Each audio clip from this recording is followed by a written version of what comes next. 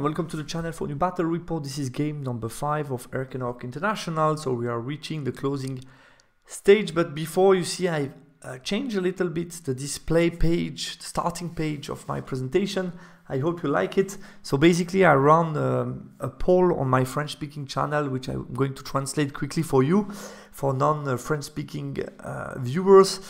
So basically I just ask the player what they think of the LO notation, LO rating, which you can see in New Recruit. I don't know if you're aware of it, but basically since we have I would say the vast majority of the tournament, I know that the Italian scene is still mainly or fully outside of New Recruit, but the rest of the world, I would say, uses New Recruit for tournament, meaning New Recruit is able to track the result and implement it LO ranking for the 9th age. And you maybe know LO ranking from other game. For example, chess is well known for LO ranking, which is key in chess.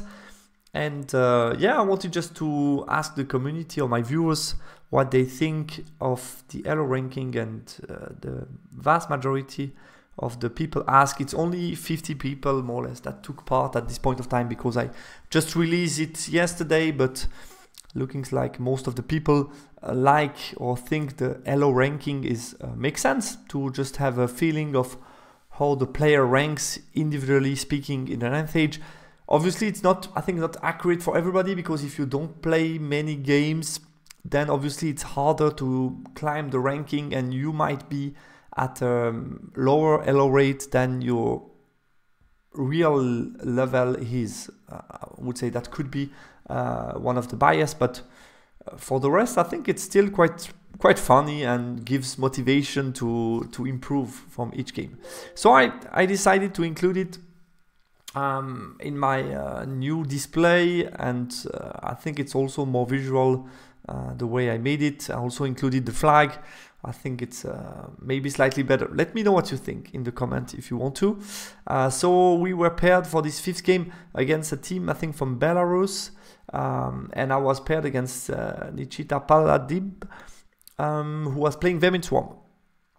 We had the opportunity to change list for this round.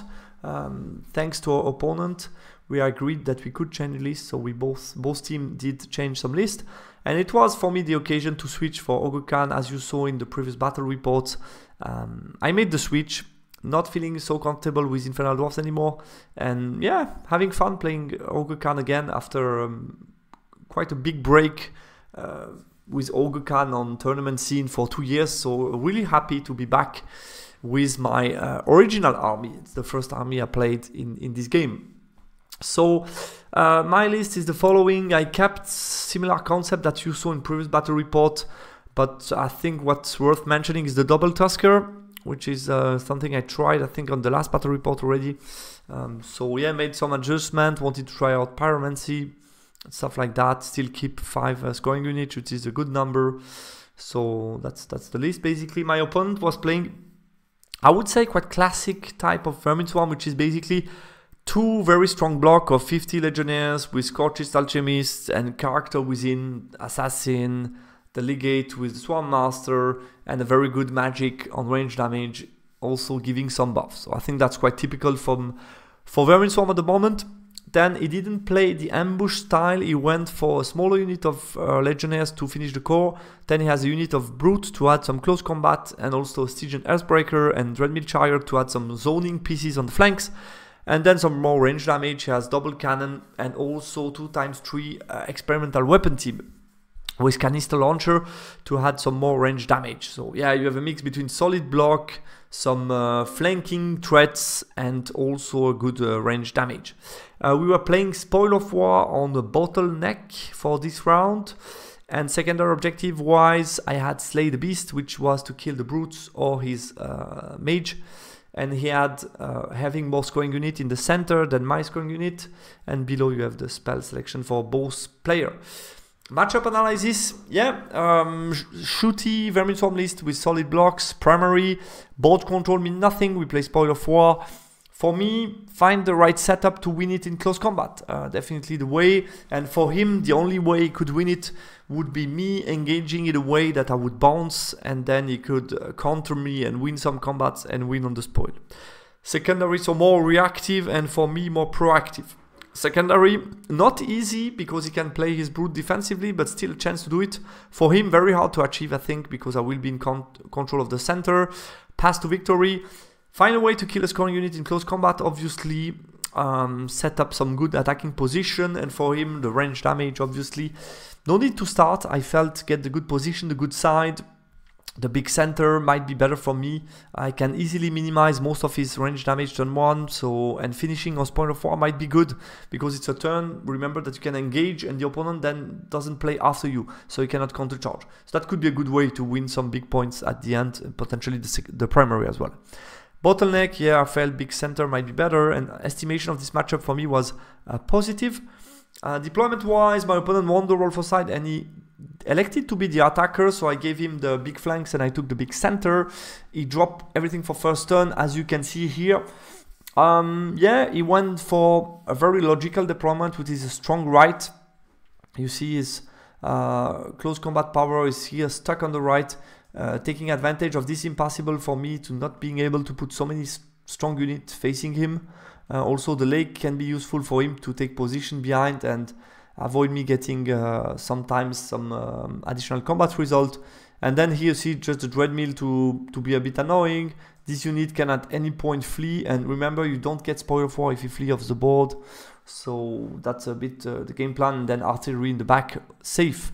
My counter deployment, I went with the strong unit against his big block facing him, so I went with a very frontal approach, we could say.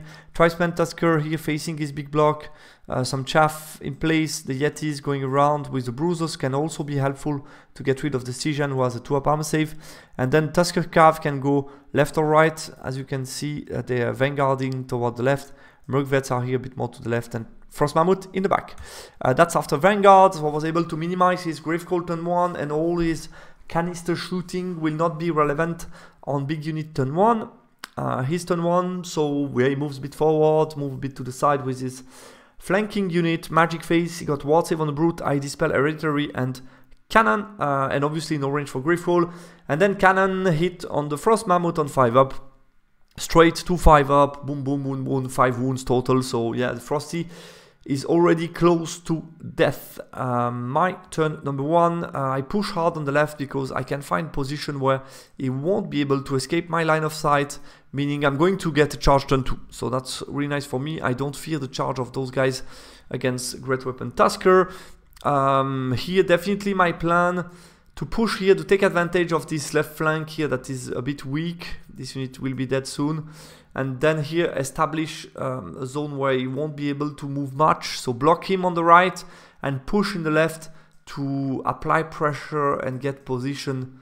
And then at some point maybe an opening on the charge. That's basically the idea. On the Magic Phase, I get Cage of Embers on the canister launcher. Do a wound. The one here in the middle, which is quite central because can act as chaff at some point, and this one as well. So that's the unit that I'm going to be targeting. And then we are in the typical situation. I have 5 dice, he has 6 dice left. I fireball on the same unit, I think, roll a 6 exactly. And he has the dilemma to make. Do I want to try to dispel on 2 dice and then have a 3 against 4 on Pyro Flow, or do I keep everything on Pyro Flow? He went for the dispel my fireball, but then Pyro Flow 3 dice against 4 went through, and I one shot with reroll to wound the canister. So yeah, that's a typical type of punition that you can get sometime on this type of situation. Sometimes better to accept one spell and dispel the big one, and here he tried to get both and it backfired. So that's good news for me. The Dreadmin Chariot cannot escape, but basically he made the move to move in my direction to avoid the Tusker getting closer to his deployment zone, so that makes sense. If I charge, I'm stay where I am, I'm not pushing forward towards him. The rest of his unit just shuffle around. Magic Phase, get Hereditary on my big unit, do 2 wound, then he gets a Ward Save, I Dispel Gravecold. And then the Flamethrowers start to hit. They both hit on my big block and they do a total of 10 wounds. So yeah, that's a good start. Huge damage. To compensate, this time the cannon don't hit the Frosty, so it's going to be still alive. My turn 2, I get the Dreadmill in close combat, going to kill them. The rest move slightly forward, as you can see. In the magic phase, I get Cage of Amber on the other unit, do 3 wounds, and then it's going to be shaken. I do Fireball on the same unit. I forgot a little bit that I thought I was still version 2.0. I thought if he's shaken and decimated, he will be dead, but that's not the case. It's basically decimated and fleeing, so you need to be fleeing to be dead. So he still has a chance to rally on full leadership. There is not any more half leadership for 25%, so still full leadership for him. Which means, yeah, maybe not the best target for Fireball. I could have started to target the cannon. I think would have made here more sense. Anyway, crossbow start to do some work on the rats. I kill 8 rats. They are extremely effective against this unit, obviously. Close combat, I kill him. He's turn 3. Yeah, he start to push with the main unit here. He's able to put everybody in the front, and he realized, obviously, that I'm not so strong anymore to engage this unit. He has counter charge set up. There is no way I can really deal with that unit in one turn. And then he has Stygian and the big block looking at me. The small units start to move away. He redeployed the brute to come towards here supporting, which leaves the Stygian a bit exposed. So I was thinking, okay, might be an opportunity for the Yetis. We will see what he does in magic. Let's come to magic. He fails hereditary. I dispel Gravecall, 5 dice against 5 dice. And then he got a ward save, but on the big unit. So it doesn't buff his Stygian, which gives me the option to go for the kill with the Yetis. Cannon, they finish the Frosty, and then he does some wounds on Merc, Vets, and Tribesmen again with his Flamethrower, continue to hurt me. At my turn 3, I charge with the Yetis on, I think 3 or 2 Swift Stride. I think it was 12, so 2 Swift Stride. Made charge, chaff his big unit, push, obviously in the flank with the Tuskers, trying to get some points here with the Tuskers. They are my best option, best attacking option. As you can see, for the rest, the 2 big block, there is no way I can find a way to engage them right now. I redeploy, very importantly, my BSB to finally have a good BSB range. If you check the previous turn, I wasn't in a good spot because if you target the Tusker near the house, I could have had trouble to get a non-rollable 8 check, panic check, which could have been problematic. So I redeployed the BSB, which should have been deployed better.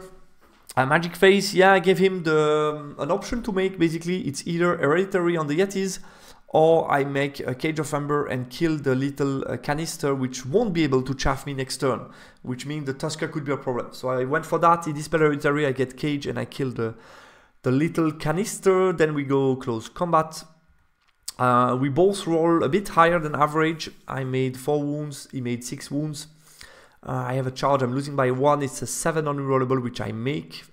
So a bit shaky, as you can see, it's a bit dicey, but I felt I have the Bruiser behind, who have a solid static res of 3, remember, because they have a rank, first strike resolute, and a banner, so still quite good. If he went against me, there is a good chance I can strike on him and kill him afterwards, so I felt I would be fleeing with the Yetis on Swift Stride. Is not Swift, so even if it backfires, not too bad.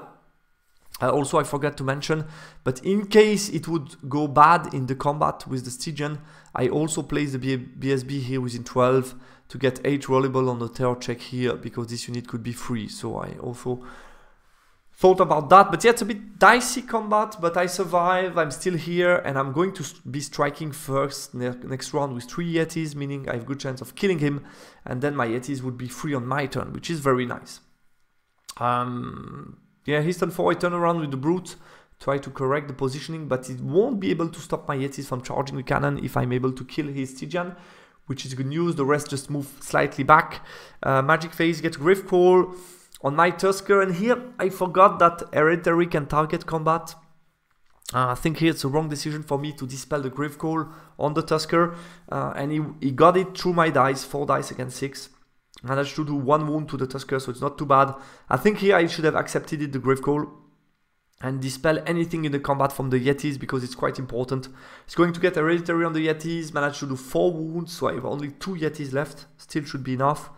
And then he does some wounds on the Tribesmen, I think like 5 or 6, so good amount of wounds. Close combat, yeah, I kill him. I'm free on my turn. I charged cannon on 3 swift strides, very good. That's nice. My Tusker continue to push the rest of my battle line. I continue to chaff and zone him, but I don't find a way to engage, to be honest. Magic Face, I get Fireball on the cannon, do 3 wounds. Crossbow, kill some rats. And close combat, I kill the cannon, obviously, so that's good news.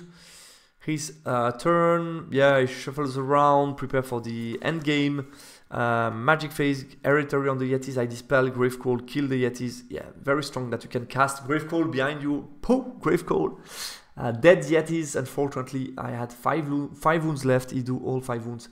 And I won't be able to hit the cannon with the Yetis or save those points. My turn 5, I chaff again, get into better position to charge turn 6 with the Tuskers. I'm, as you can see, starting to move here a bit sideways and sideways, here closer. Basically, I want to offer myself flanking option, maybe thinking turn 6 could be the time for something, depending what he does. I'm not really believing at it, but I'm trying to create the opportunities to maybe attempt it. We will see. The situation turn 6 depends a lot also what I'm doing on turn 5. Last turn I didn't do much. I had the Dragon Row. I killed no rats or maybe 1 rat, but not much in the big unit. So I was a bit expecting with 2 turns of Dragon Row or Pyro Flow and Fireball, maybe I can trim a bit down the big unit to get it to a more manageable size, and then on my 6th charge, that was my attempt. So we'll see this Magic Face, I dispel Pyro Flow, I fail Dragon Row, so yeah, on 4 dice, a bit unfortunate, and Fireball kills the cannon, at least that's that. His 6, yeah, he moves back, get everybody in the front or in long charges, nothing crazy. He gets a very nice Hereditary on my Tribesmen and get half point of them, which is bad for me. Gravecold dispel, obviously, get some shot, ward save somewhere, my last, I just charge, he flees. And then I calculate we're at 11-9, so I was just thinking, yeah, 11-9, if I kill the rest of the unit fleeing, that doesn't bring me to 12-8, so I need to maybe get something lucky on the brutes, so I attempt basically the Dragon Row Pyro Flow combo. Maybe if I'm very lucky, panic check, you can always fail and flee, and that would be huge, but I'm not getting it. I got one of the spell, did some wounds, but no panic, and that's the end of the game, which end up 11-9. Got half the legendaries, the Boss Cannon, Stygian Canister, and also, I forgot here, the Dreadmill Chariot. And he got for me the Frost, the Yetis, and half the Tribesmen, basically. Yeah, that's it. For the point, but still worth a good amount of points, and that's 11-9. Post-game analysis, yeah, I'm not sure I picked the best deployment. Let's be honest, we were in a good situation, I forgot to mention that, but we were 37-3 prior this game, meaning, and we didn't feel the rest of the 3 games we had any negative matchup. So we feel we have good chance to cap if we play safe. We need 27 points out of 3 games, and that's the prime target of this round, basically. So I didn't need to take unnecessary risk, which would have been the case to go YOLO in, so send Tusker, get some wound, he kill me, then I try to get him after. Could have been kind of a crazy game. I didn't find a way to set up anything good, which wasn't risky, to be honest, but I think considering, I think I was a bit overestimating my chance of being able to engage in a frontal fight, and knowing that, I think I didn't pick the best deployment. I could have been minimizing a bit more his point taking from range, and also his ability to deplete the Tribesman with his range damage. So I think I could have done here a better job in my attempt to zone on the right and push on the left while not giving away too many points. That's the main learning for me on the macro level, but I will show you after with a picture. Yeah, once he did enough damage, I couldn't attack the block anymore. He defended well. Early game, keep in mind, BSB here wasn't positioned well enough. Still getting practice on those lists, which are new for me, but here I made a small mistake, which had no consequence, but something to keep in mind. Yeti combat was dicey, but I felt overall worth it for me. It was not buff, decent chance. I felt that was worth a try. Vermin Swarm range damage is, yeah, insanely good, and the block are very solid, so I like Vermin Swarm. Endgame, magic and shooting wins him precious points on the Tribesman and help him save another point. And yeah, Pyro obviously did for me a lot of work, but that was expected against Res 2 Vermin Swarm.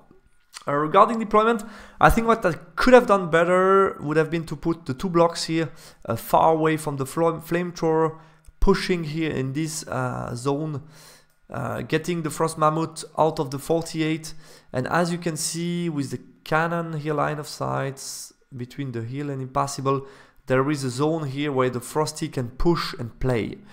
So I kind of like that. I think the matchup Frost Mammoth against Red Mill Chariot is totally okay.